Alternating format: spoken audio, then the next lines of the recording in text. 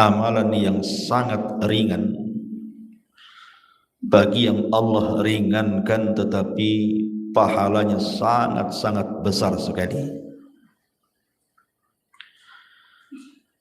Karena akhlak itu adalah perkara yang paling banyak manusia dimasukkan oleh Allah Subhanahu wa taala ke dalam surga.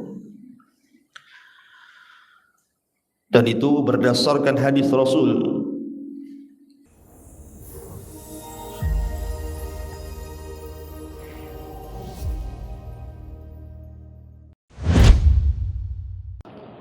Assalamualaikum warahmatullahi wabarakatuh. Alhamdulillah wassalatu wassalamu ala Rasulillah wa ala alihi wa sahbihi wa mawalah wa la hawla wa la quwata illa billahi wa ba'd.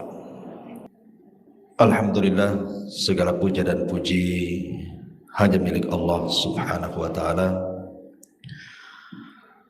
Salawat dan juga salam kita hadiahkan kepada Rasul kita, Nabi besar Muhammad sallallahu alaihi wa ala alihi wasallam.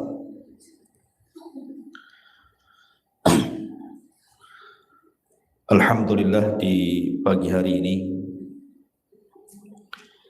kembali kita bisa duduk untuk berthalabul ilmi, dan kita masuk pada bab ketiga dari kitab Minhajul Muslim, pasal yang pertama tentang akhlak yang baik dan juga penjelasannya. Ma'asyiral muslimat yang dimuliakan Allah Subhanahu wa taala, bercerita tentang akhlak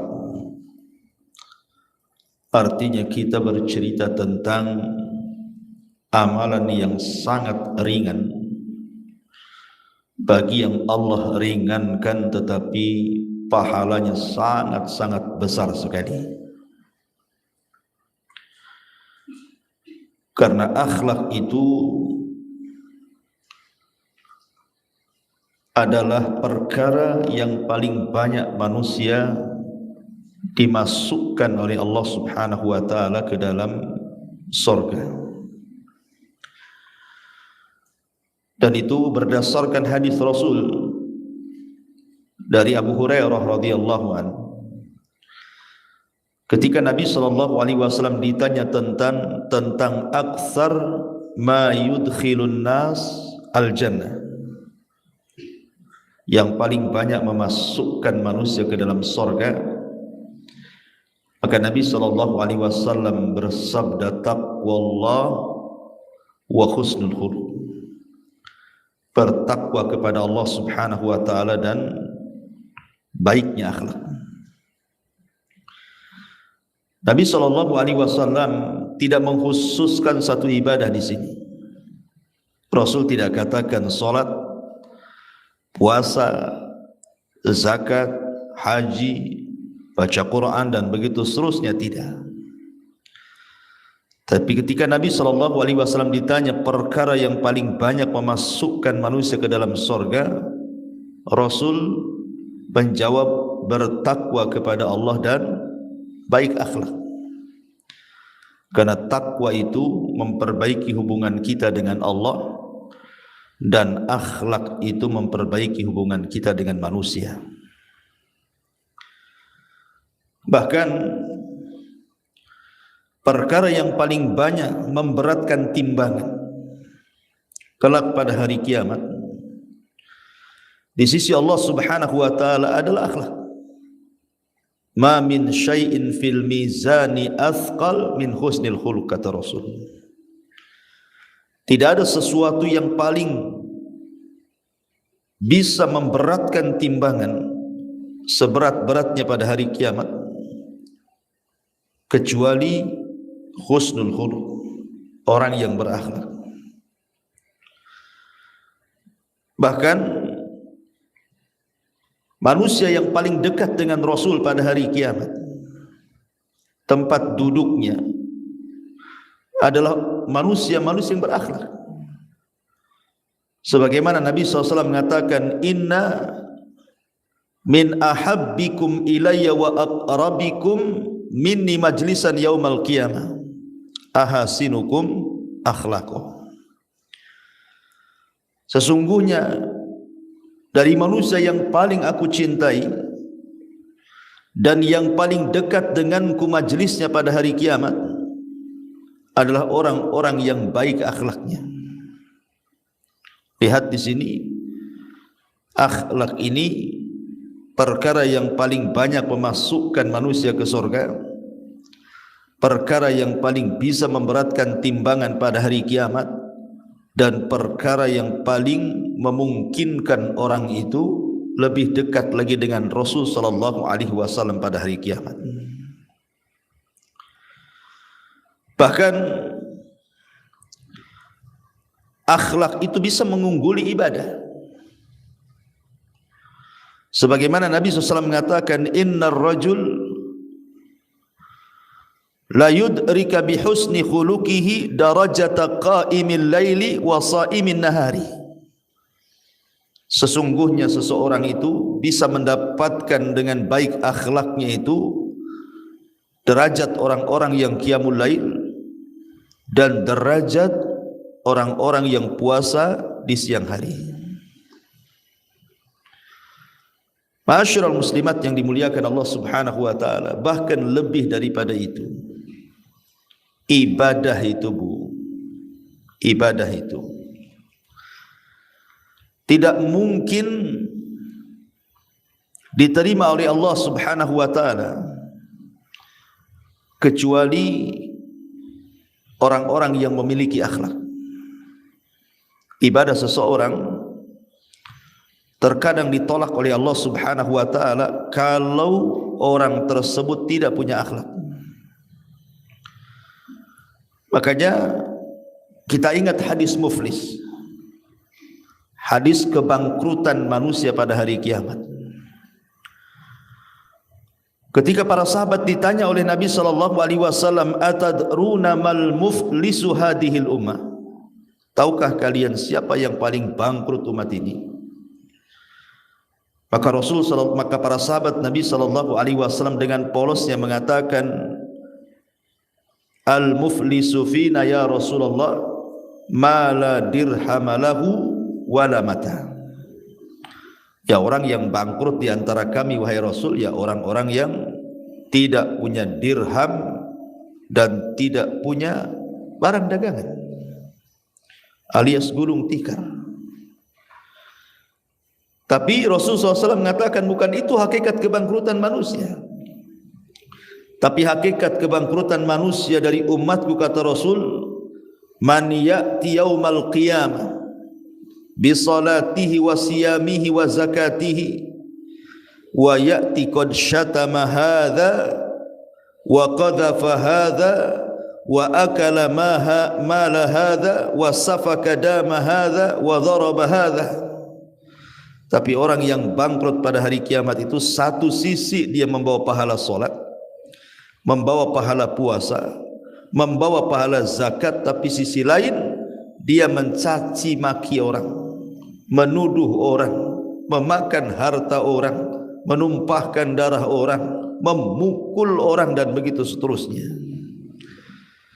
Maka kemudian orang ini akan dikisos. Kemudian nanti pada hari kiamat kebaikan-kebaikannya akan diambil orang-orang yang pernah dizaliminya. Dan kalau sudah tidak lagi tersisa dari kebaikannya, maka dia harus menanggung keburukan orang yang dizaliminya. Itulah orang bangkrut. Lihat dalam hadis ini, orang ini bukan tidak salat, salat. Orang ini bukan tidak puasa, bahkan dia haji, sempurna rukun Islamnya.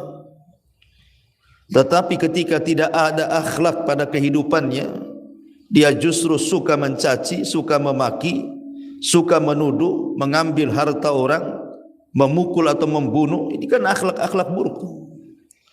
nanti pada hari kiamat seluruh amal ibadahnya akan diserahkan kepada orang yang kita sakiti. Dari sini kita tahu bahwa ibadah itu sangat tergantung dengan akhlak.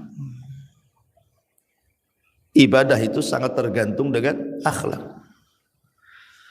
Bahkan rukun Islam yang 5, apakah itu syahadatnya, apakah itu solatnya, apakah itu puasanya, apakah itu zakat dan hajinya, tidak lain dan bukan rukun Islam itu diperintahkan karena inti kandungannya juga kembali ke akhlak.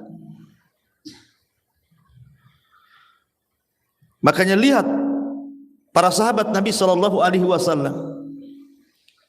Banyak para sahabat Nabi itu sebelum mereka masuk Islam, mereka para peminum khamr.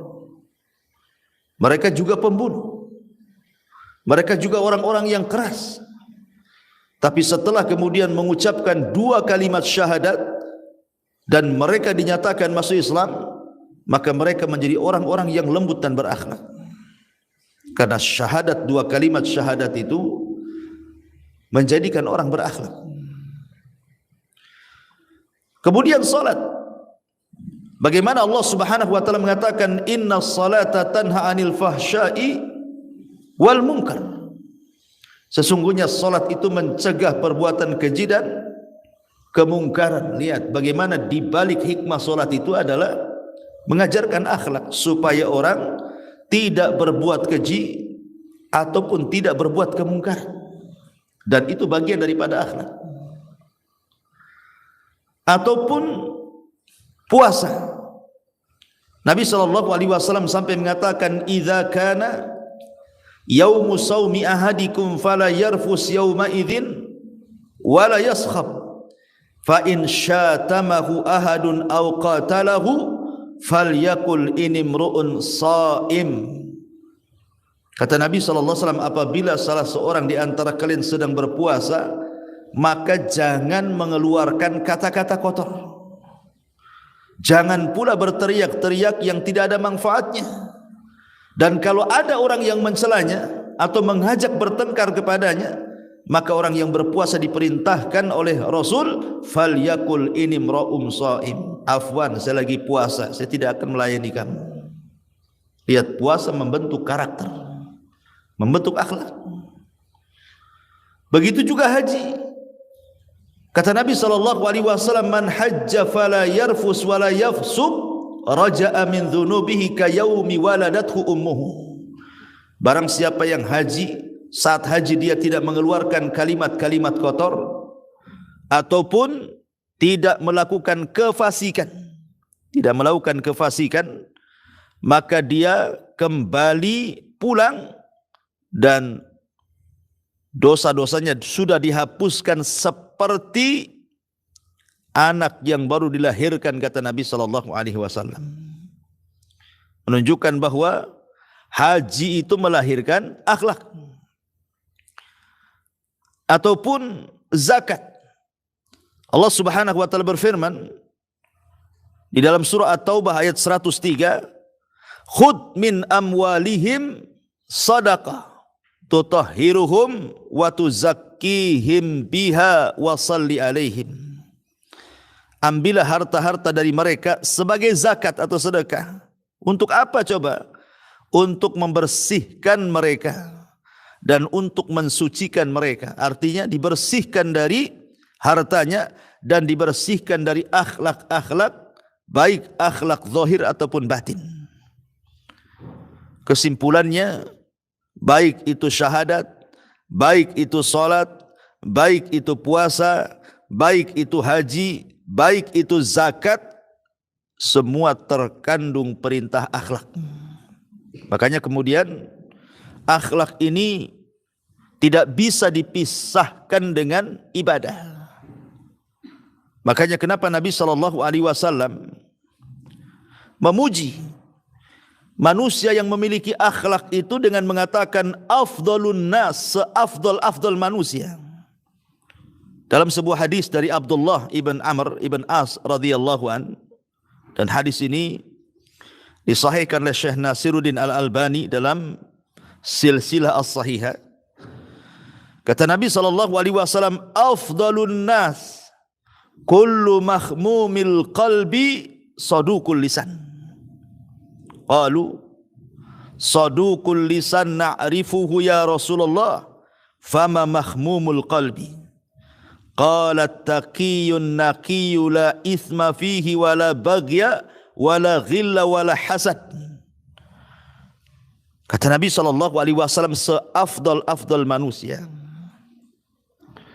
adalah setiap orang yang mereka menjaga hatinya dan lisannya senantiasa jujur dalam ucapannya. Sahabat bertanya, kalau jujur ucapan kami paham wahai Rasul, tetapi mahmumul qalbi, menjaga hati itu maksudnya gimana?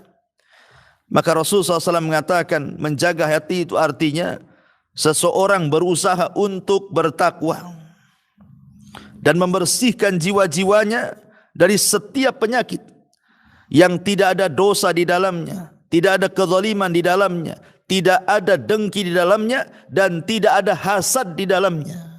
Subhanallah. Rasul mengatakan seutama-utama manusia. Dan Rasul tidak mengatakan seutama-utama manusia adalah orang yang salat, orang yang puasa, orang yang haji, orang yang zakat, tidak. Tapi Nabi SAW mengatakan seutama-utama manusia adalah orang yang berakhlak. Subhanallah, akhlak ini sangat tinggi sekali nilainya.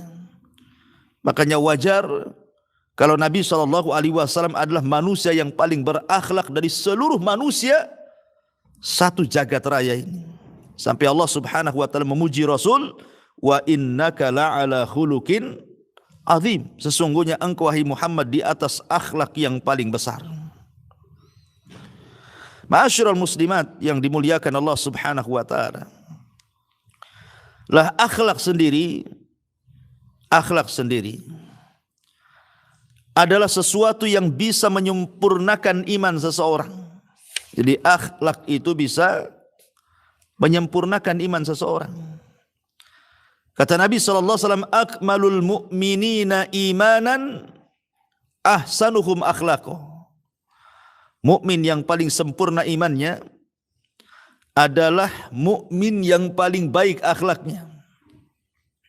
Mukmin yang paling sempurna imannya adalah mukmin yang baik akhlaknya. Lihat bagaimana keimanan juga ditentukan dengan akhlak. Artinya akhlak ini bukan perkara biasa. Karena banyak faedah-faedah yang akan didapat dari lahirnya berbagai macam keutamaan-keutamaan bagi orang-orang yang betul-betul berusaha untuk menjadi manusia yang berakhlak. Bayangkan Bu, sampai-sampai akhlak itu bisa menambah umur. Kata Nabi SAW, husnul khuluqi wa husnul jiwari yu'ammiranid diyari wa yazidani fil a'mari. Kata Rasul, baiknya akhlak dan baiknya bertetangga, keduanya bisa memperbaiki kondisi rumah dan bisa menambah umur seseorang. Sampai-sampai Nabi SAW mengatakan seperti itu. Bahkan akhlak sendiri memang tidak bisa seseorang itu menjadi baik kecuali seseorang itu berakhlak. Kata Rasul, inna min khiyarikum ahsanukum akhlaqah. Orang yang paling baik di antara kalian adalah orang yang paling baik akhlaknya. Lihat bagaimana barometer orang dianggap baik. Itu karena kebaikan akhlak. Makanya lihat di masyarakat kan Bu ya. Umpamanya ibu punya dua tetangga tuh. Tetangga sebelah ahli ibadah, salatnya rajin, puasanya rajin, baca Qur'annya rajin. Tetapi jarang senyum. Kemudian kalau ngomong itu nyelekit, ini itu Bu ya. Kemudian buang sampah sembarangan.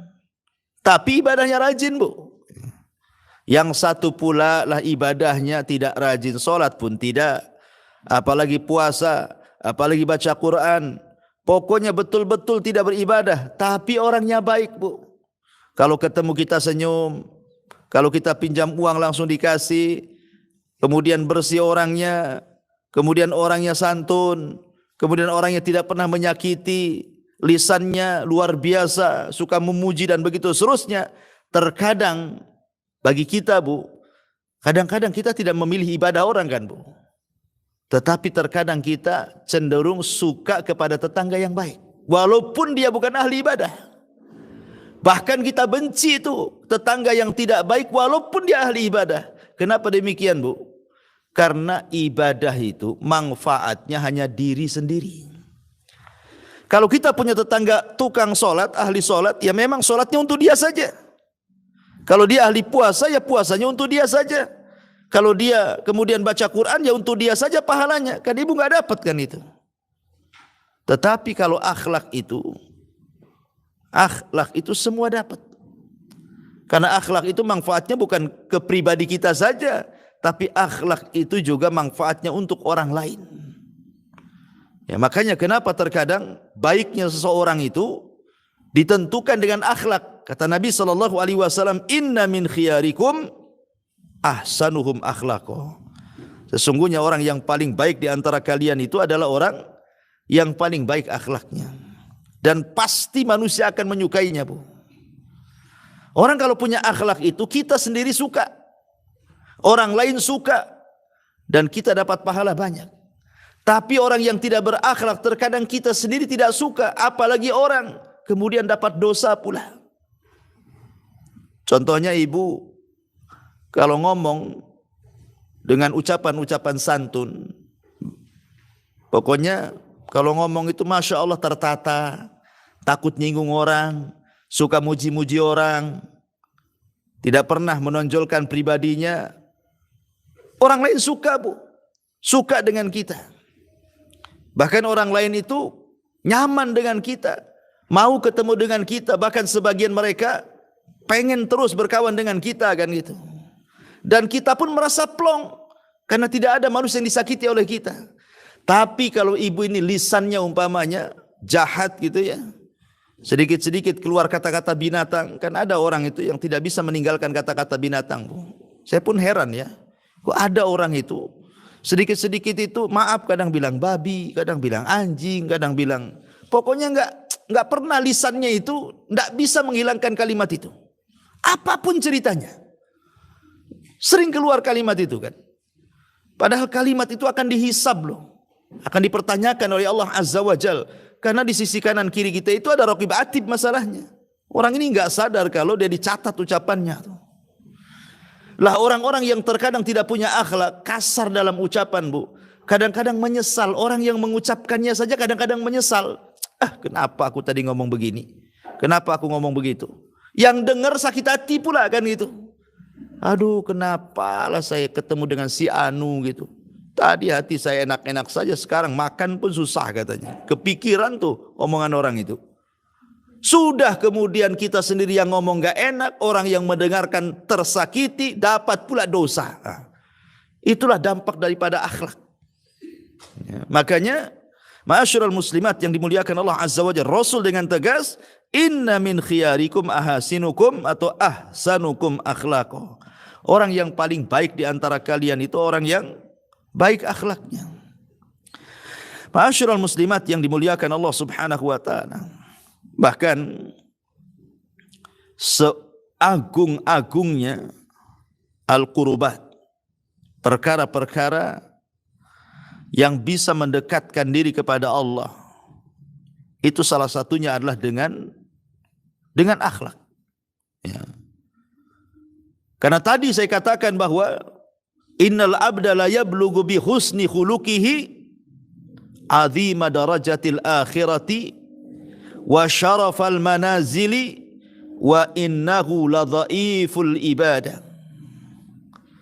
Sesungguhnya seorang hamba pasti akan mencapai derajat yang agung di akhirat dan kedudukan yang mulia dengan akhlak yang baik, meskipun hamba itu lemah dalam ibadah. Perhatikan ya, meskipun lemah ibadahnya, tapi akhlaknya bagus, Bu.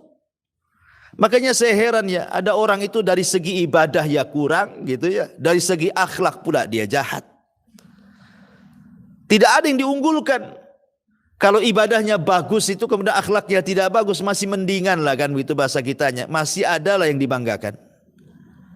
Atau akhlaknya baik, ya, kemudian ibadahnya pula rajin, oh dua-duanya dia dapat gitu. Minimalnya kalau ibadah sudah kurang, mungkin dia hanya membatasi dengan yang wajib-wajib saja.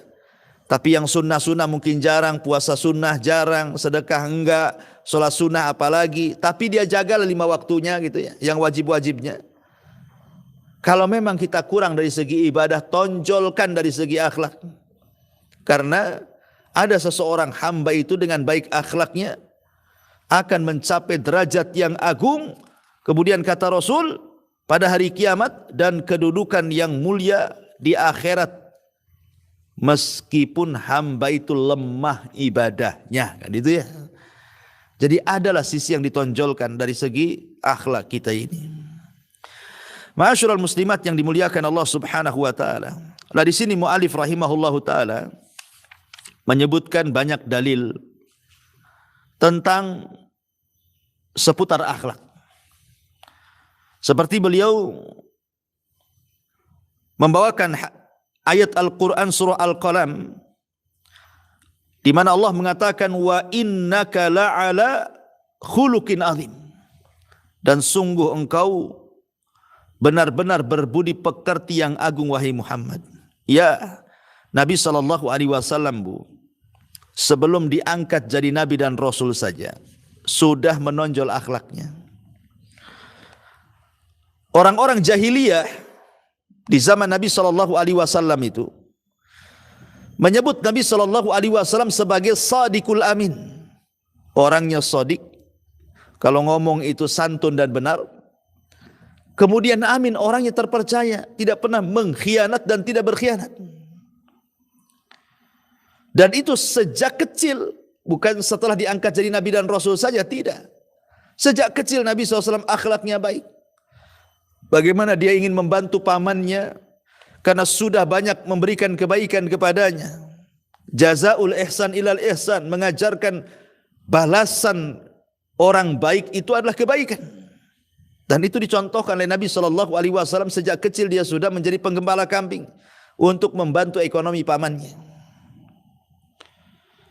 Kemudian ketika dia dititipi oleh teman-teman sejawatnya kambing-kambing gembalaannya, sementara ada acara entah walimah entah acara, kawan-kawannya terkadang menitipkan kambing kepada Rasul yang jumlahnya bukan 10-20, mungkin ratusan kambing, tapi tidak ada satupun kambing yang hilang, bahkan kambingnya gemuk-gemuk dirawat Nabi SAW. Amanah.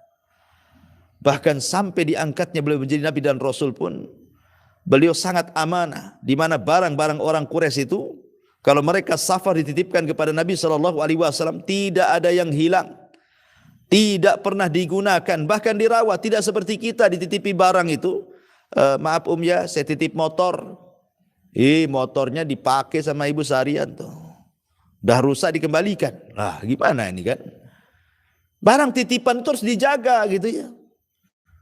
Dan balasannya nanti di akhirat, bukan balasannya di dunia dengan mengatakan enak saja nih titip motor sama saya, ya saya pakailah Ustaz, kan itu. Enggak begitu. Kita ini kalau memang ingin dapat pahala besar, rawat.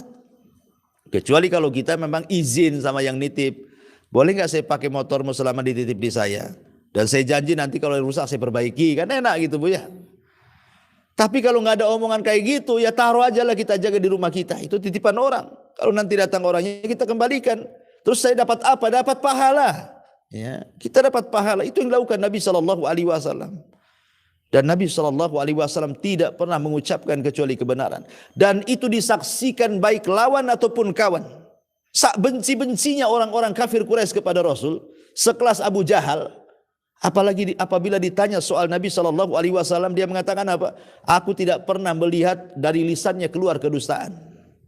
Bahkan Nabi Sufyan sebelum masuk Islam, yang merupakan pemimpin Quraisy, juga ketika ditanya oleh Raja Herakli soal kenabian Rasul SAW, Kemudian ditanya soal apakah orang yang ngaku Nabi di Mekah itu kalau ngomong dia bagaimana? Dia mengatakan, aku tidak melihat kedustaan pada raut wajahnya katanya.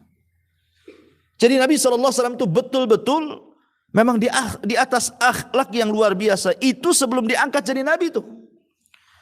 Apalagi setelah diangkat jadi Nabi, Ummuna Aisyah radhiyallahu anha ditanya soal akhlak Nabi SAW, maka Rasul mengatakan, Aisyah radhiyallahu anha mengatakan, kana khuluquhul Quran. Akhlaknya Rasul itu adalah Al-Quran.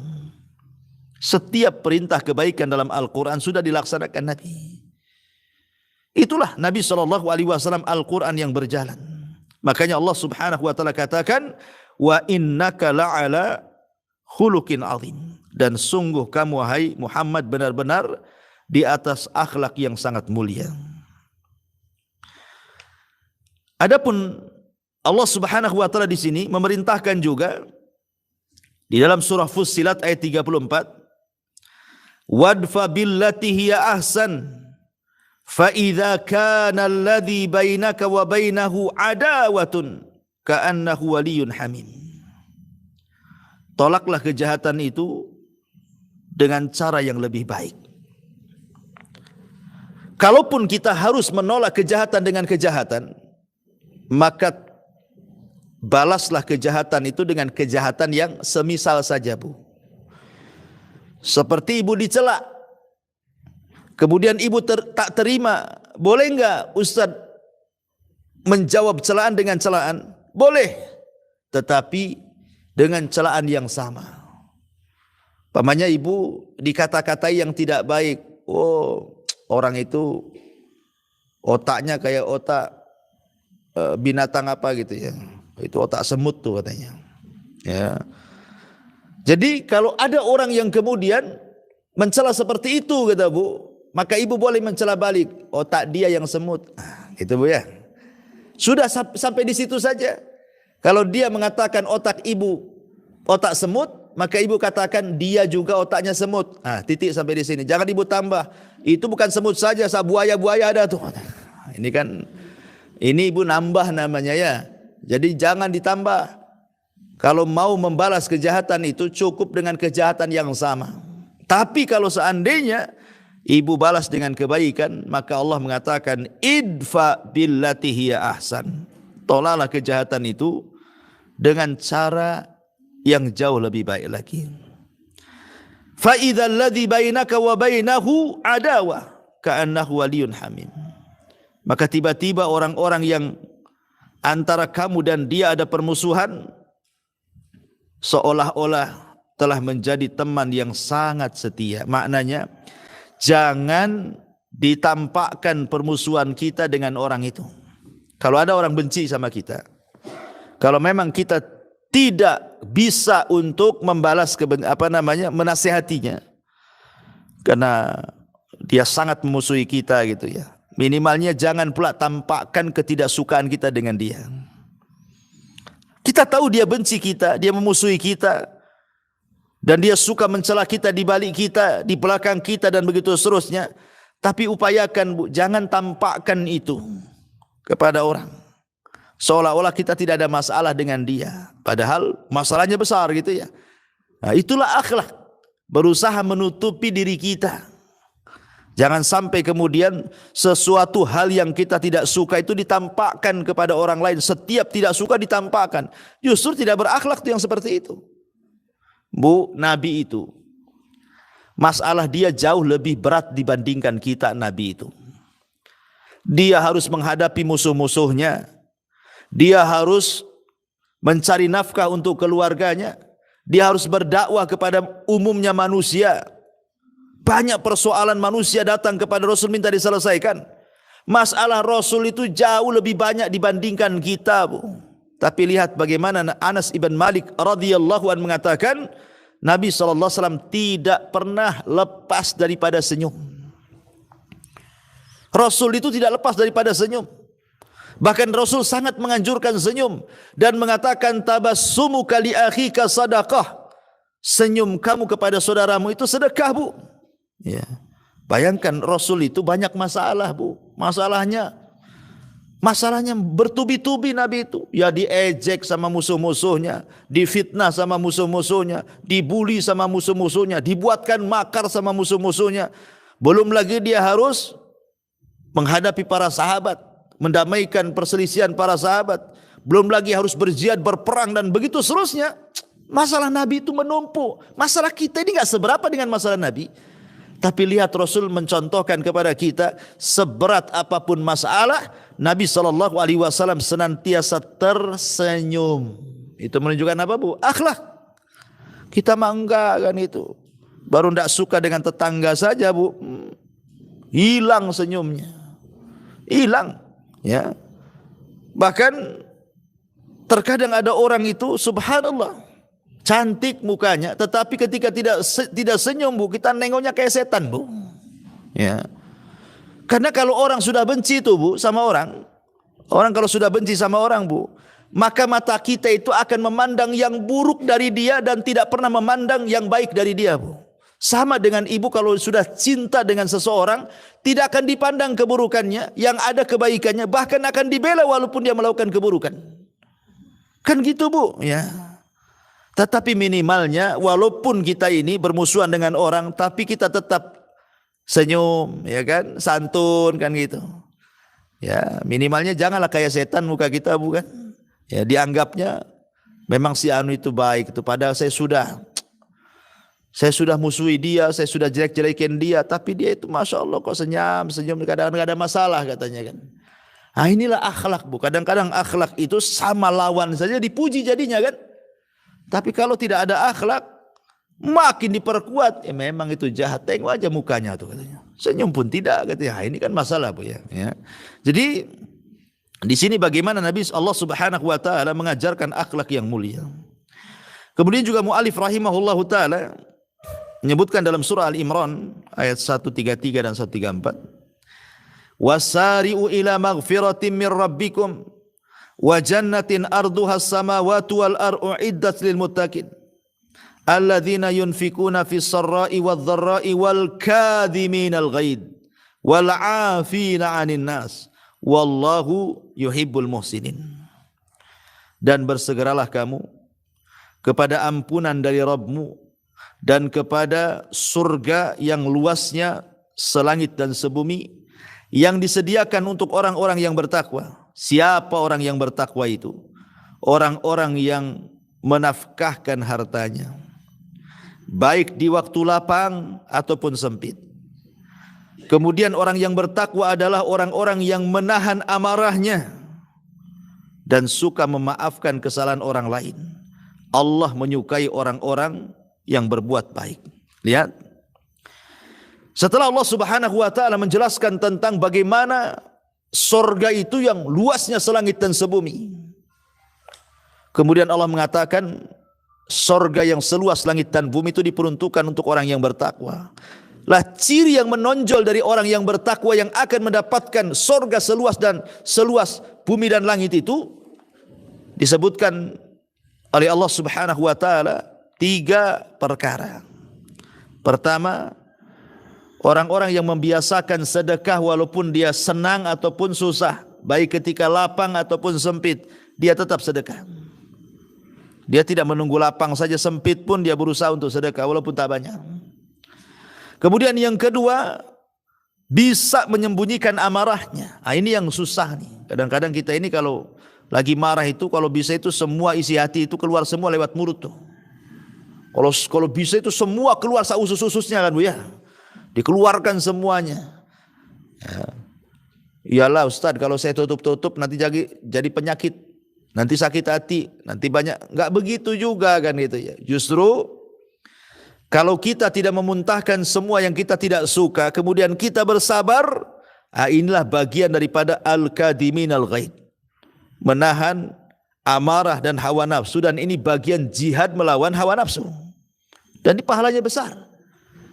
Ya, ini enggak ya, kadang-kadang ya tadi saya contohkan tadi, kadang-kadang kalau lagi marah itu, kalau dia orang-orang awam ya, insyaallah mudah-mudahan di sini tidak kan. Saya sering dengar itu tetangga-tetangga tuh. Kadang-kadang kalau ngomong tuh binatang tuh keluar semua, Bu. Saya heran juga gitu. Ada tetangga itu kalau ngomong itu sedikit-sedikit binatang aja keluar. Cuman 2 tuh Bu yang jadi sasaran tuh. Kalau enggak anjing, babi Bu. Itu. Enggak pernah saya dengar buaya, badak gitu ya. Cuman 2 itu saja. Saya tak paham juga kenapa. Itu kalau seandainya anjing babi berakal Bu, oh diadukan tuh. Aku tak ikut-ikut kok, aku dibawa-bawa katanya kan itu. Ini kan masalah nih. Padahal ingat bahwa ini saya nasihatkan kepada orang yang tidak bisa meninggalkan bahasa-bahasa binatang nih. Ya. Di dalam hadis Nabi Shallallahu Alaihi Wasallam, Nabi Shallallahu Alaihi Wasallam mengancam, berat Bu ancamannya. Orang yang suka melaknat itu, membawa-bawa nama binatang sama orang itu. Apa kata Nabi Shallallahu Alaihi Wasallam dalam hadis Abu Darda radhiyallahu an yang dikeluarkan Imam Muslim? Kata Nabi Shallallahu Alaihi Wasallam, Innal la'anina la yakununa syuhada wala syufa'a yaumal qiyamah. Lihat konsekuensinya. Para pelaknat, para pencela tuh, mereka pada hari kiamat tidak akan menjadi saksi dan tidak akan dapat syafaat. Mereka tidak akan jadi saksi dan mereka tidak akan mendapatkan syafaat pada hari kiamat. Subhanallah. Salah satu yang menyelamatkan kita kelak pada hari kiamat itu syafaat, Bu. Syafaat, baik syafaatnya malaikat, syafaatnya para nabi, syafaatnya orang-orang yang beriman dari kalangan orang-orang soleh, syafaatnya anak, syafaatnya orang tua, syafaatnya orang-orang yang ahli perang, para syuhada gitu ya. Ini orang-orang yang suka mencela ini, mereka tidak akan dapat syafaat, kan ngeri Bu. Ya, makanya saya nasihatkan kalau yang belum bisa meninggalkan kalimat-kalimat binatang itu kurangilah. Ya, kurangi. Ya, kalau bisa sih dikurangi, bukan berarti diganti. Ya, diganti sama aja, kan gitu ya. Kan saya sudah ganti yang lebih halus Ustaz. Biasa saya bilang anjing, sekarang saya bilang curut katanya. Lah sama aja kan gitu, itu binatang juga. Ya. Sebaiknya jangan, enggak usah ganti-ganti, hilangkan. Dihilangkan. Karena itu celaan-celaan yang luar biasa.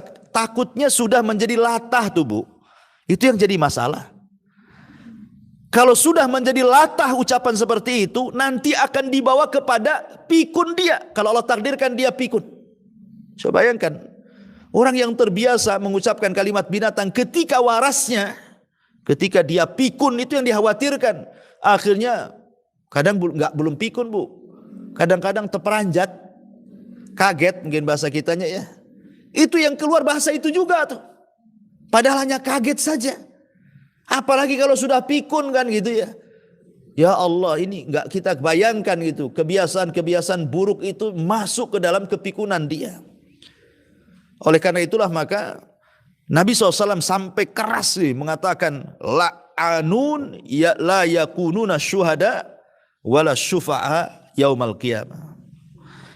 Ma'asyiral muslimat yang dimuliakan Allah Subhanahu wa taala.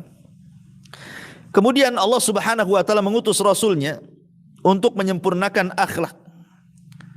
Berdasarkan sabda Nabi sallallahu alaihi wasallam, "Innama bu'itsu li utammima makarimal akhlak." Sesungguhnya aku diutus hanyalah untuk menyempurnakan akhlak manusia. Menyempurnakan akhlak manusia. Subhanallah.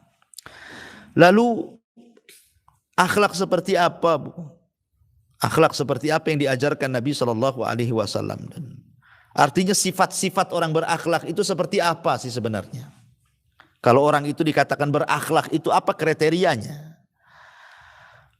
Para ulama mengatakan bahwa sifat-sifat akhlak yang baik itu, satu, an yakunal insan kathirul haya. An yakunal insanu kathiral haya'i qalilal adha. Hendaklah manusia itu diperbanyak perasaan malunya dan disedikitkan untuk membuat sakit orang lain atau mengganggu orang lain atau menghina orang lain dan begitu seterusnya. Disedikitkan, berusaha dikurangi. Ya. Dan rasa malu itu tidak mendatangkan kecuali kebaikan, Bu. Malu untuk berghibah, akhirnya tak ghibah. Malu untuk berdusta, akhirnya tak dusta. Malu untuk mencela, akhirnya tak mencela. Malu untuk maksiat, akhirnya tidak maksiat. Rasa malu itu tidak mendatangkan kecuali kebaikan. Ya. Kemudian disedikitkan al-adha. Jangan sampai kemudian mengganggu orang. Kalau tidak bisa meninggalkan secara keseluruhan, ya dikurangi sampai betul-betul kita menjadi orang yang tidak pernah menyakiti orang. Kemudian yang kedua, kathirus salahi, sadukul lisani, qalilul kalami. Yang kedua, banyak memperbaiki diri. Introspeksi apa yang kurang, apa yang salah ya dari diri kita ini. Kemudian lisannya berusaha setiap hari dilatih untuk santun. Memang melatih lisan itu yang terbiasa kasar itu memang agak sulit ya. Tetapi harus dilatih. Dibuang itu bahasa-bahasa binatang, bahasa-bahasa kasar, bahasa-bahasa itu kalau bisa dibuang. Ya mulailah dia lembut kan itu ya. Nanti bisa kok, perangai itu bisa dirubah. Karena asal manusia itu tidak kasar ya. Asal manusia kan lembut, Bu. Lihat bayi itu kan lembut, lucu, itu asal manusia. Udah gede, kita pun serem nengoknya gitu ya. Kemudian sedikit bicara, karena kalau sudah banyak bicara itu biasanya banyak salahnya. Kalau sudah banyak salahnya, banyak dosanya. Kalau sudah banyak dosanya ya kemana lagi, ya neraka tempatnya kan itu. Kalaupun harus banyak bicara, maka ucapkan kalimat-kalimat santun, kalimat-kalimat yang baik. Ayat-ayat Al-Quran, hadis-hadis Rasul, nasihat-nasihat gitu ya. Kalaupun harus banyak ngomong, kayak Ustadz gini kan, perasaan dari awal sampai akhir, saya aja yang banyak ngomong di sini, Bu. Ya kan? Ya tapi yang kita sampaikan itu kan nasihat-nasihat gitu ya. Ayat-ayat, enggak masalah kalau harus banyak ngomong. Tapi kalau tidak menyampaikan Quran, tidak menyampaikan sunnah, tidak menyampaikan nasihat, yang ada cacian makian, buat apa kan itu? Lebih baik faliyakul khairan auliyasmut. Katakan yang santun kalau tidak bisa diam. Kemudian juga di antara sifat akhlak yang baik itu kathirul amali, qaliluz zalali, qalilul fuduli. Banyak melakukan amal saleh. Kemudian sedikitkan seseorang itu tergelincir, dan juga sedikitkan untuk tidak berlebih-lebihan dalam setiap masalah. Ya makan secukupnya, jangan berlebih-lebihan. Minum juga sama, tidur juga sama, ngomong juga sama, bergaul juga sama. Karena sesuatu yang sifatnya melampaui batas itu tidak bagus. Apapun. Ibadah pun sama, kalau melampaui batas kan jatuh ke bid'ah, Bu, enggak boleh. Ya. Maka begitu juga, itu bagian daripada akhlak itu, kurangi hal-hal yang mubah, seperti umpamanya ibu ingin bosanlah di rumah gitu kan. Kan lama-lama kan ada waktu-waktunya ibu bosan gitu ya. Sama pasangan atau sama anak-anak kan. Ibu ingin refreshing, bahasa saya itu, akhirnya datanglah ke rumah tetangga ngobrol-ngobrol, setelah izin sama suami, tengok anak-anak sudah pada sekolah gitu ya. Daripada luntang-lantung di rumah, ke tetangga lah cari hiburan gitu ya. Tidak ada masalah, Bu. Tapi kalau sudah melampau, ibu ke tetangga jam 1 siang datang kan itu, jam 1 malam pulang, Bu. Wah ini kan melampau, ini ngapain ibu di tetangga tuh? Suami nyari-nyari kan itu, handphone pula dimatikan sengaja ya. Jadi sesuatu yang melampau itu tak bagus ya.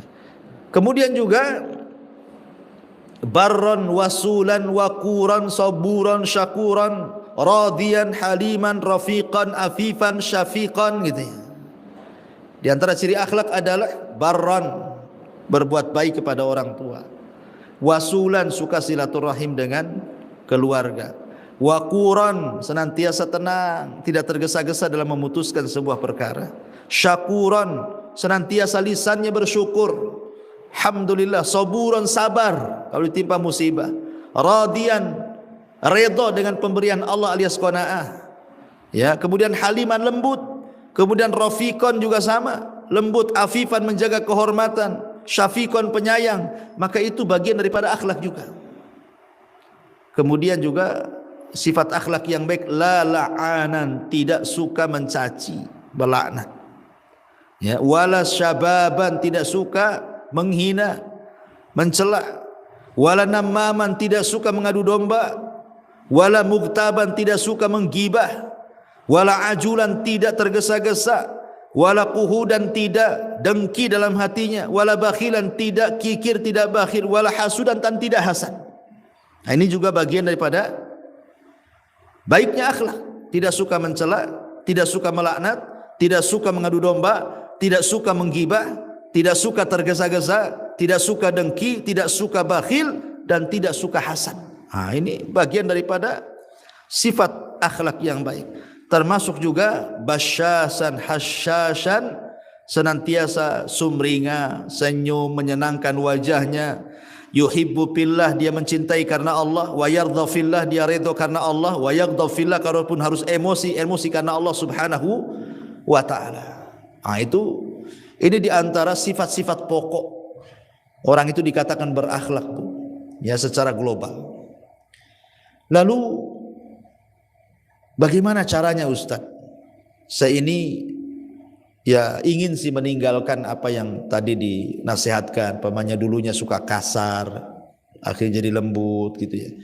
Yang dulunya ngomongnya tidak tertata, sekarang mulai ditata gitu. Yang dulunya suka dendam, dengki, hasad. Gimana caranya ya supaya hilanglah akhlak-akhlak buruk itu, macam mana caranya? Maka ulama membahas yang disebut dengan wasail litahsili husnil khuluqi. Apa saja wasilah-wasilah supaya kita mendapatkan akhlak yang baik itu, seperti apa wasilahnya, ya. Yang pertama doa itu penting, karena doa itu yang bisa merubah kehidupan kita. Ad-doa dengan apa? Bi husnil khuluqi, supaya Allah memperbaiki akhlak kita. Makanya Rasulullah SAW mengajarkan doa apabila kita menggunakan pakaian apa? Kama ahsanta khalqi fa ahsin khuluqi, kan itu. Sebagaimana engkau memperbaiki bentuk badanku, maka perbaiki juga akhlakku. Jadi minta bukan hanya bentuk badan saja, tapi yang lebih daripada itu ada akhlak batin yang jauh lebih baik. Libasut taqwa namanya. Kan ada pakaian itu ada dua, Bu. Ada pakaian luar, ada pakaian dalam. Bukan pakaian dalam itu yang dipahami, enggak. Maksudnya kalau pakaian luar itu berkaitan dengan fisik ibu berdandan, pakai celana yang bermerek, pakai baju yang bermerek, pakai tas yang bermerek. Belum lagi kemudian kosmetiknya dan macam-macamnya lah, alat-alat dandannya itu yang mahal-mahal. Bukan hanya sekedar itu, Bu, memperbaiki badan itu. Atau kalau punya uang datang ke rumah sakit, dioperasi, suntik sana, suntik sini, biar kencang tidak miring, kan itu ya. Tapi yang lebih daripada itu, libasut taqwa, kata Allah. Pakaian takwa yang lebih baik. Maka berdoa kepada Allah Azza wa Jal, bukan hanya Allah memperbaiki badan kita saja, supaya tidak sakit, supaya tidak cepat tua gitu ya. Maka minta kepada Allah juga supaya diperbaiki akhlaknya. Ini yang pertama, doa. Yang kedua, tafakkur fi thawabi husnil khuluqi. Cobalah sebelum kita ini mengeluarkan kata-kata kotor ataupun hendak menyakiti orang dengan akhlak buruk kita atau apalah namanya, ingat bahwa dalam melaksanakan akhlak yang baik itu ada pahala besar. Dan tidak tanggung-tanggung pahala orang yang berakhlak itu. Ingat bahwa yang berakhlak itu adalah seafdol-afdolnya manusia. Bahwa orang yang berakhlak itu adalah sesuatu yang paling banyak memasukkan ke surga.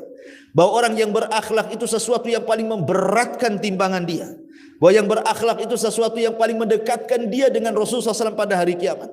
Bahwa sebaik-baik manusia ditentukan dengan akhlaknya. Ingat tuh keutamaan-keutamaan itu. Sehingga tidak jadi ya mau mencela akhirnya memuji. Kayak gitu, Bu ya. Memandang yang haram akhirnya yang halal, dan begitu seterusnya. Nah, tafakur, coba berfikir kepada pahala besar yang akan diraih daripada orang yang berakhlak itu. Kemudian yang ketiga, qabulun nasihati minal ghairi mahmakana. Mudah menerima nasihat. Orang kalau mudah menerima nasihat, Bu, itu mudah berubah tuh. Karena ada orang kalau dinasihati malah nasihati balik, Bu. Ya, bahasa Jawanya itu kalau ibu ngandani itu malah dikandani, Bu. Ya. Kalau nasihati balik gitu ya. bukannya diterima, jazakillah khairan, kamu sudah menasihati saya, kalau bukan kamu siapa lagi, dan begitu. Enggak, ya. Malah kemudian macam-macam perangainya. Kurang ajar, kayak dia aja yang baik katanya. Gitu, Bu. Terima kasih siapapun dia, ya. Kemudian juga yang keempat, al-istima wal intifa bi kalamil a'da wal khusum. Ambil, dengarkan, ambil manfaatnya walaupun yang mengucapkan musuh kita, Bu. Jangan sampai kemudian kebencian kita kepada sebuah kaum tidak berlaku adil kepada kaum tadi, Bu. Kalau yang baik kita dengarkan, kalau yang baik kita ambil, ya. Karena memang tabiat manusia itu kalau benci dengan orang biasanya tidak akan dilihat kebaikannya, yang ada buruk aja di mata dia. Tetapi kalau ingin kita ini menjadi baik dan berakhlak, ya dengerin saja. Kalau memang musuh kita ini mengeluarkan kata-kata yang baik, kita tiru, kita ambil, kita manfaatnya, ya. Kemudian juga yang nomor 5, musahabatu ahlil fadli wal muru'ah. Kalau akhlak ingin baik, Bu, jangan berkawan dengan akhlak-akhlak yang buruk. Ibu ini susah meninggalkan ghibah, temannya pula ahli ghibah. Ya klop lah kan begitu. Ibu ini ahli, ya tadi. Mungkin bukan ibu lah, contohnya yang lain aja, ya. Mungkin ada orang-orang yang belum bisa meninggalkan kalimat-kalimat tadi, binatang-binatang. Kawannya lebih parah lagi. Kalau dia paling 2 binatang aja, dia pula 10 binatang, Ustaz. Ini kan klop namanya, ya. Sekalian aja dua-duanya masukkan ke kebun binatang. Jadi kalau ingin baik, berkawan dengan orang baik. Siapapun yang berkawan dengan orang baik 40 hari saja, Bu, sudah mempengaruhi dia, Bu. Sebagaimana orang itu berkawan dengan orang jahat 40 hari saja sudah bisa jadi jahat dia. Ya, makanya kalau ingin akhlaknya baik, berkawan dengan pemilik akhlak yang baik. Kemudian juga mujanabatus sufaha wal battalin. Kalau bisa jauhi orang-orang yang safih, orang-orang yang bodoh, orang-orang yang jahil dan tidak berakhlak. Karena biasanya orang-orang yang tidak berakhlak itu disebabkan karena kebodohan, karena kejahilan. Tinggalkan. Ya, jangan dekat-dekat orang-orang kayak gitu itu. Kemudian yang nomor 7, an-nadharu fi siyarir rasul. Lihat sejarah Nabi. Macam mana Nabi disakiti, macam mana menghadapinya. Macam mana Nabi difitnah, macam mana Nabi menghadapinya. Bagaimana Nabi dighibah, bagaimana cara menghadapinya. Bagaimana Nabi SAW mulai dari sebelum diangkat jadi Nabi, setelah diangkat jadi Nabi, bahkan ketika dia berdakwah, macam mana dakwahnya. Jadi lihat sejarah Nabi supaya kita bisa mencontohnya, ya. Kemudian juga yang nomor 8, tamrin an-nafsi ala fi'lil akhlaqil hasanati bi tatbiqil amali. Membiasakan bahwa akhlak itu bukan hanya sekedar teori, tapi kalau bisa juga dilaksanakan dalam segi perbuatan, ya. Kemudian juga yang nomor 9, at-ta'ammul wa ta'arruf ala ma tahmiluhu nafsu min akhlaqis sayyiati wa adatil qabihati. Renungkan orang-orang atau akibat-akibat ketika orang itu berakhlak dengan akhlak yang bagus, kan. Makanya sering saya ulang-ulang, Bu, madrasah yang paling manfaat itu, yang sangat berharga bagi kehidupan kita, yang boleh jadi melebihi orang yang sekolah dari SD, SMP, SMA sampai S1, S2 sampai doktor, ya. Jadi madrasah kehidupan di sekitar kita kadang-kadang itu yang sangat bermanfaat untuk kita. Umpamanya ada kejadian nih, ada seseorang dibunuh. Kemudian kita tanya, kenapa dia dibunuh? Oh, gara-gara dia menghina. Jadi orang yang membunuhnya itu tersakiti hatinya. Mungkin dia mencaci maki, nggak terima, akhirnya ditusuk, matilah dia. Oh, berarti memang kita harus menjaga lisan. Kalau tidak nanti kita kena pula kayak dia. Padahal dia ngomong itu sepele saja. Boleh jadi mungkin tadi mengatakan si fulan anjing atau babi atau apa, akhirnya kemudian orang itu emosi, ambil pisau ditusuk, mati akhirnya. Ya. Kan banyak, Bu, saya lihat di berita-berita itu, orang membunuh itu, Bu, itu gara-gara masalah sepele. Hanya gara-gara tersinggung.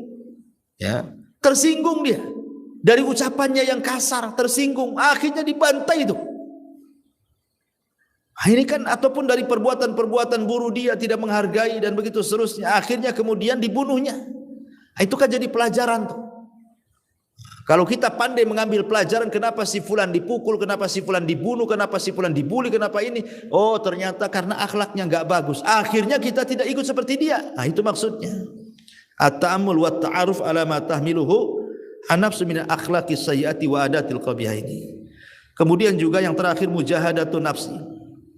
Wastifraghul was'i ala tarkil akhlaqis sayyiati. Harus berusaha berjihad meninggalkan akhlak itu, karena meninggalkan kebiasaan buruk itu memang berat.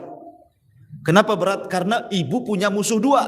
Satu setan yang senantiasa memberikan was-was, dua hawa nafsu. Ya. Jadi kalau ingin meninggalkan itu, ibu harus melawan dua perkara ini. Pertama lawan setan, yang kedua lawan hawa nafsu. Makanya kenapa Rasul mengatakan, Allah mengatakan dalam Quran, wa man yujahidu fina lanahdiyannahum subulana. Orang yang sungguh-sungguhlah yang akan mendapatkan hidayah dari Allah Subhanahu wa taala. Masyarul muslimat yang dimuliakan Allah Azza wa, ini di antara ulasan-ulasan. Adapun dalil yang disebutkan mu'alif tadi sebagian sudah saya bacakan juga dalam muqaddimah, ibu bisa baca sendiri. Tapi yang jelas saya tutup dengan satu hadis Nabi sallallahu alaihi wasallam. Kata Nabi SAW, ana zaimun bi baitin fi rabdil jannah liman tarakal mira wa in kana muhiqqa, wa bi baitin fi wastil jannah liman tarakal kadhiba wa in kana maziha, wa bi baitin fi a'lal jannah liman hasuna khuluquhu. Aku jamin, kata Rasul, dengan rumah di pinggir sorga bagi yang meninggalkan perdebatan walaupun dia di atas kebenaran. Dan aku jamin orang itu akan dibangunkan rumah di pertengahan sorga kalau dia meninggalkan dusta walaupun bercanda. Dan aku jamin, kata Rasul, Allah akan membangunkan rumah yang paling tinggi di sorga bagi yang baik akhlaknya. Subhanallah. Allah akan bangunkan rumah di sorga yang paling tinggi, liman hasuna khuluquhu, bagi yang baik akhlaknya. Wallahu a'lam bishawab. Dan nanti setelah bab ini mu'alif rahimahullah ta'ala akan memerinci akhlak-akhlak yang sangat bagus seperti sabar, syukur, dan begitu seterusnya ya. Nanti kita lanjutkan di pertemuan yang lainnya. Wallahu a'lam. Taib sampai di sini. Kalau ada yang bertanya silakan.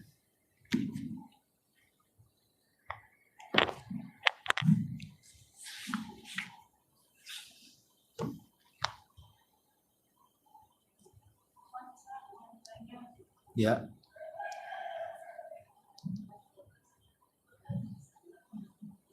Bagaimana cara menyikapi kalau ada beberapa dia terhadapnya ketika itu coba untuk mencela kita diam, terus kita respon dengan hal yang baik, dia marah. Bagaimana cara menyikapinya? Iya, alhamdulillah. Itulah kadang-kadang Bu, setan itu minal jinnati wan nas. Ada setan itu dari kalangan jin dan ada setan itu dari kalangan manusia. Ya, manusia ini siapa saja. Bisa orang dekat, bisa orang jauh. Bisa orang satu rumah, bisa orang di luar rumah kan itu. Karena setan itu kan sifat Bu. Lain dengan jin, manusia, malaikat gitu ya, itu zat ya. Tapi kalau setan itu kan sifat. Ya, ada manusia tersifati sifat setan. Kadang-kadang kalau ngobrol dengan kita itu ya isinya hanya kejelekan aja, keburukan saja. Makanya kenapa Allah mengatakan fa'arid anhu hatta yakhudu min haditsin ghairi. Berpaling dari orang-orang kayak gitu sampai beralih pembicaraan kepada pembicaraan yang lainnya. Jangan ditanggapi. Kalau ditanggapi sakit hati pula kita. Kadang-kadang kita ini awalnya tidak bawa dosa Bu. Oh, ya hati kita tenang, ditelepon sama saudara. Saudara ini pula menjelek-jelekan saudara yang lainnya. Akhirnya setan masuk ke hati kita, was-was. Dibenarkan pula yang tadinya tidak komentar jadi komentar. Kemudian disambung-sambungkan dengan cerita lama. Akhirnya habis nelpon bawa dosa jadinya kita kan Bu. Ya. Jadi kalau memang ibu bisa menasihati, nasihati. Kalau tidak bisa, setiap dia ngobrol kejelekan langsung tutup Bu. Maaf Bu. Maaf Dek, maaf Kak, ini kalau urusan ini saya kayaknya nggak bisa nih. Ya, saya tidak mau mencela yang lainnya. Ya, tapi kalau ibu nasihati, nasihati. Kalau dinasihati kemudian dia marah ya nggak apa-apa Bu. Konsekuensi dalam berdakwah itu tidak semua mulus.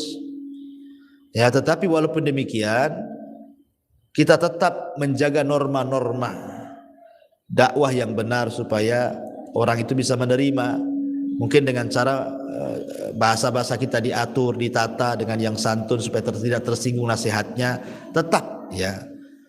Walaupun nasihat itu sebuah kewajiban, bukan berarti semua bahasa kita pakai kan gitu.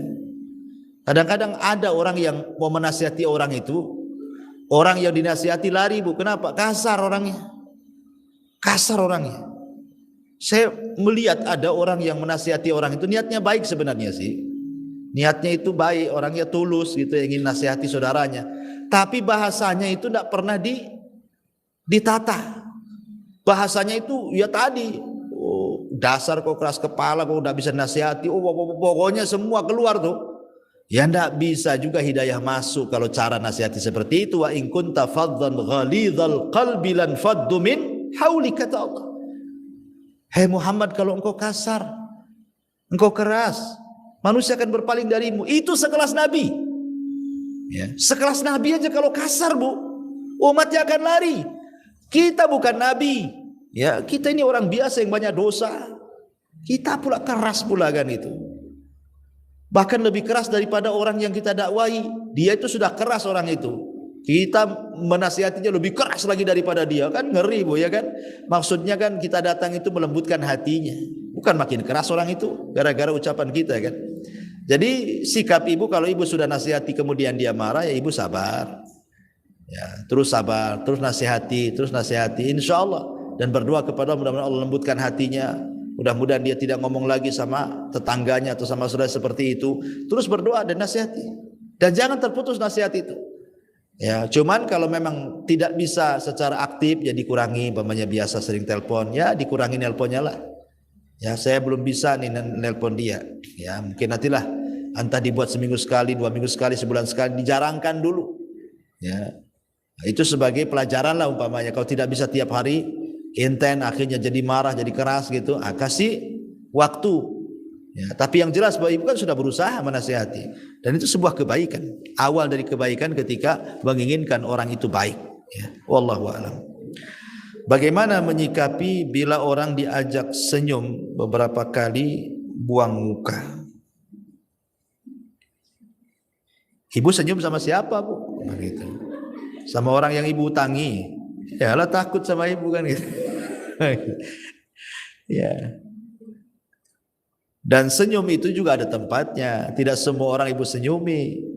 Jangan pula suami tetangga ibu senyumi, bahaya kan itu. Artinya bahwa senyum itu ya kepada orang yang berhak ibu senyumi, kepada suami terutama yang paling penting, anak-anak, orang tua, kerabat gitu ya. Tapi orang-orang yang tidak berhak disenyumi jangan disenyumi. Ya. Nah, tapi yang jelas bahwa Nabi SAW itu memang senantiasa tersenyum. Bermuka masam itu seumur hidup mungkin 1 kali saja Nabi itu, Bu. Ketika siapa? Ketika Abdullah ibnu Umi Maktum datang. Sementara Rasul sedang menghadap para pembesar Quraisy dengan mengharap hidayah dari mereka. Lah Abdullah ibnu Maktum kan orang buta, orang miskin. Ya, jadi kalaupun dia masuk Islam, ya dia aja masuk Islam. Tapi kalau orang Quraisy ini pembesarnya masuk Islam, diharapkan satu kabilah masuk Islam, itu maksud tujuan Nabi kan itu. Tapi Allah tidak demikian. Ini yang jelas-jelas ingin masuk Islam, kau tolak. Itu yang gak jelas masuk Islam kau hadapi gitu, seolah-olah seperti itu. Maka turun ayat abasa wa tawalla an ja'ahul a'ma. Tiba-tiba Rasul mukanya masam, berpaling, tidak mau melihat Ibnu Umi Maktum. Maka Allah turunkan ayat ini. Makanya Rasul sadar setelah itu, dia setiap datang Abdullah ibn Maktum, Rasul senantiasa mengatakan marhaban biman atabani rabbi. Selamat datang orang yang sudah membuat teguran Allah kepada aku, katanya. Kalau berjumpa dengan Ibnu Umi Maktum itu. Tapi lihat Rasul itu hanya 1 kali saja bermuka masam kepada Ibnu Maktum itu. Tapi lebih daripada itu Rasul itu senantiasa senyum, senyum dan senyum. Kalau kita senyumnya sedikit, masamnya yang banyak. Ya. Ini pertanyaannya bagaimana menyikapinya? Ya sudah, nggak usah dimasukkan hati, Bu. Yang penting kan kita sudah beribadah. Tabassumu kali akhika sedekah, senyuman kamu kepada saudaramu sedekah. Kita sudah senyum, kalau dia bermuka berbuang muka ya terserah dia. Yang penting kita tidak seperti dia, supaya dibedakan mana yang jahat, mana yang baik, mana yang berakal, mana yang gila, mana yang waras, mana yang gila. Begitu Bu, ya. Kalau ibu kemudian kapok, buat apa senyum sama dia, Ustadz? Habis senyum dia malingkan muka, bagus aku palingkan muka sekalian. Nah, enggak gitu Bu ya. Kalau begitu nanti enggak bisa dibedakan mana yang berakal, mana yang tidak tuh. Ya. Kemudian yang kedua pertanyaannya, bagaimana menyikapi orang yang menjauh dari kita tetapi kita tidak tahu apa salah kita? Apa harus bertanya sama dia cara dia menjauhi kita? Tidak perlu bertanya Bu, tidak perlu, ya, tidak perlu bertanya. Yang penting kita seolah-olah nggak ada masalah dengan dia. Ya, kalau dia menjauh dari kita, ya kita mendekat kepada dia lah. Makin menjauh makin mendekat, makin menjauh makin mendekat. Kata dia, ngapain kau dekat-dekat? Tak ada, ya. Kita kan nggak ada masalah kan itu. Ya. Jadi janganlah ditanya. Kalau ditanya tersinggung nanti. Kenapa kamu kok jauh dari saya? Ada masalah ya? Emang kau tanya katanya. Ya. Bertanya-tanya katanya. Nah, ini kan repot nih kalau kayak gini ya. Jadi hal-hal yang seperti ini nggak perlu ditanya Bu. Ya, yang penting ibu berbuat baik soalnya nggak ada masalah, nggak usah dipikirkan. Kadang-kadang setan masuk tuh Bu. Itulah pentingnya husnudzon di sini. Berhusnudzon, kita husnudzon. Kenapa dia jauh dari saya daripada dekat? Oh, mungkin dia lagi ada masalah dengan keluarganya. Mungkin ada masalah dengan yang lainnya. Mungkin ada masalah ini. Berhusnudzon Bu. Kalau seandainya kita bisa memberikan uzur 100 uzur, berikan. Nah, jadi itu yang harus kita ada. Supaya kita tidak sakit hati. Supaya hati kita terjaga ya. Tidak terlingkupi dengan suudzon. Akhirnya kemudian setan masuk was-was. Nah, kita jadi benci sama dia kan. Jadi itu yang harus dipahami ya. Ada orang akhlak baik, ada orang yang akhlaknya baik tetapi tidak salat puasa, apakah termasuk orang yang beriman? Ya tidaklah, kan ibadah dengan akhlak itu tidak bisa dipisahkan. Kalau orang enggak salat sama sekali ya kafir dia. Orang yang meninggalkan salat kan bisa kafir Bu. Nah, cuman maksud saya itu tadi yang saya jelaskan, terkadang orang yang punya akhlak walaupun dia kurang ibadahnya atau sama sekali enggak beribadah, kita ini kadang-kadang lebih suka sama orang kayak gitu Bu, dibandingkan yang ahli ibadah tapi akhlaknya enggak ada, kita enggak suka kan gitu. Kadang-kadang seperti itu. Tapi kalau masalah bicara soal keimanan ya beda. Ya orang yang ahli sholat tentu akan dibedakan dengan yang tidak sholat.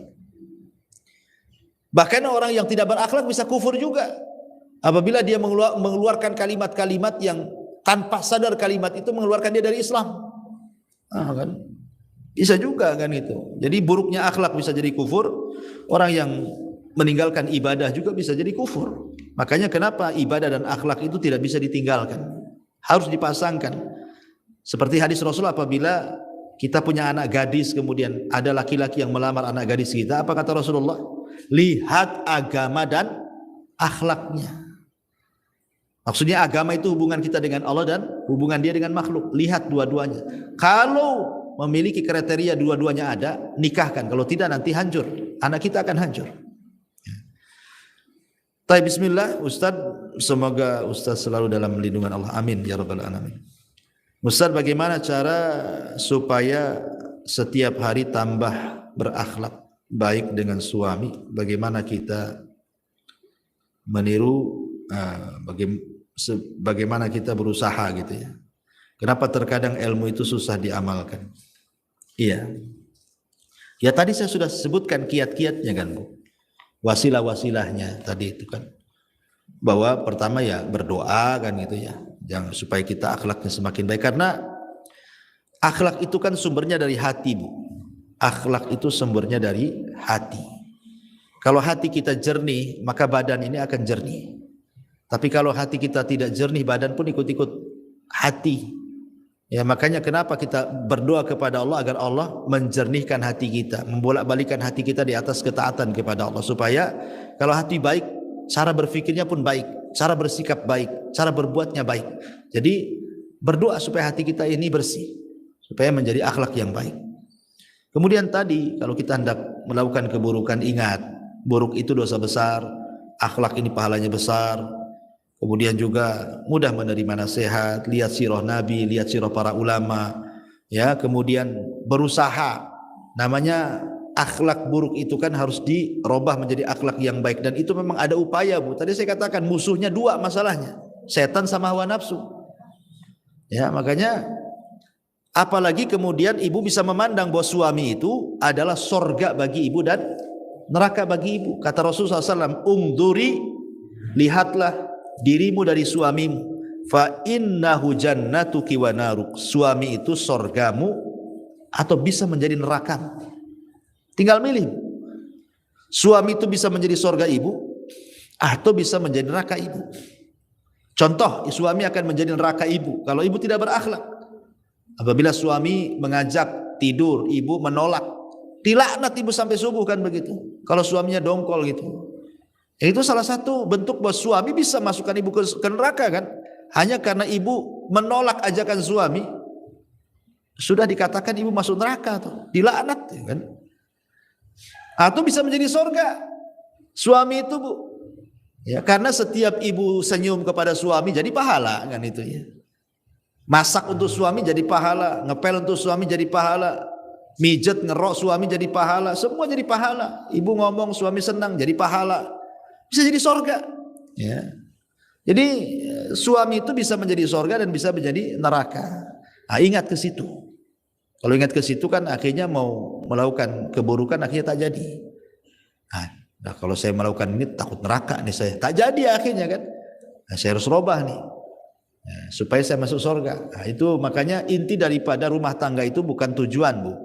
Ingat, Bu, berumah tangga itu jangan dijadikan tujuan hidup, tapi jadikan rumah tangga itu wasilah ibu mengantarkan ibu ke surga. Anggaplah rumah tangga itu kapal. Kalau dengan naik ke atas kapal itu bahteranya sampai ke surga, naik. Tapi kalau kapal itu mengantarkan ke neraka, turun, ngapain dilanjutkan? Ya. Jadi jadikan wasilah, karena semua yang ada di dunia ini bukan tujuan. Semua yang ada di dunia ini adalah wasilah menuju surga Allah Subhanahu wa taala. Wallahu a'lam bishawab. Segera cukup sampai di sini. Intinya bahwa tolong berakhlak kepada Allah. Membahas tafsir dari surah Al-Imran. Lahirlah Imam Muslim, Abi Dawud, Tirmidzi, Ibnu Hibban. Jadi ketika Yunus alaihi salatu wassalam terkena undian itu,